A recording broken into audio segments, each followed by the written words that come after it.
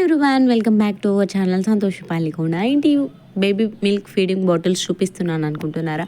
ఏం లేదండి, చిన్న టిప్, చింతలేని టిప్పు మదర్స్ కోసం. ఎస్పెషల్లీ పిల్లలకి పాలు ఇచ్చేటప్పుడు వాళ్ళు ఏడుస్తున్నారని చెప్పేసి కంగారుగా నైట్ మిగిలిన పాలు పాడేసి వెంటనే వాష్ చేసేసి మనం ఇచ్చేస్తూ ఉంటాము. అది అస్సలు కరెక్ట్ కాదండి.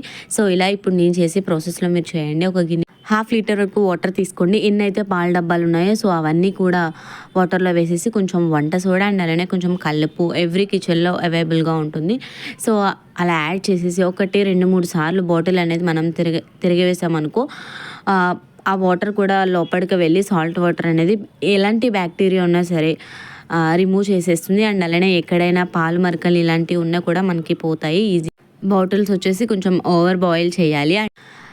5 to 8 minutes అలా వదిలేయాలి. అలా వదిలేసిన తర్వాత స్టవ్ ఆఫ్ చేసేసి వెంటనే మనం చల్లారిన తర్వాత ఏదైనా లిక్విడ్ కానీ సోప్ కానీ మనం రెగ్యులర్గా యూస్ చేస్తాం కదా, అదైతే యాడ్ చేసి చక్కగా మనం నీట్గా అయితే బ్రష్తో మనం నీట్గా క్లీన్ చేసేసుకోవచ్చు. పిల్లల safety is very very important. And అలానే ఎస్పెషల్లీ 15 daysకి ఒకసారైనా సరే మనం ఇలా క్లీన్ చేయడం వల్ల పిల్లలు చాలా సేఫ్టీగా పాలు అనేది తాగుతారు.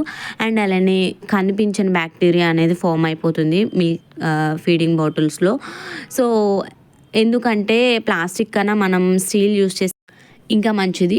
పిల్లలు స్టీల్ బాటిల్ చూసి కొంచెం భయపడి తాగకపోతే కనుక ఇది బెస్ట్. కానీ మనం అట్లీస్ట్ ఒక 1 or 2 monthsకి బాటిల్స్ మార్చడం మంచిది. సో నీట్గా ఒక 4-5 times అలా క్లీన్ చేసుకున్న తర్వాత ఒక మంచిది వాష్ చేసిన క్లాత్ అయితే కాటన్ తీసుకుని బాటిల్ అయితే నీట్గా క్లీన్ చేసేసుకున్నాను.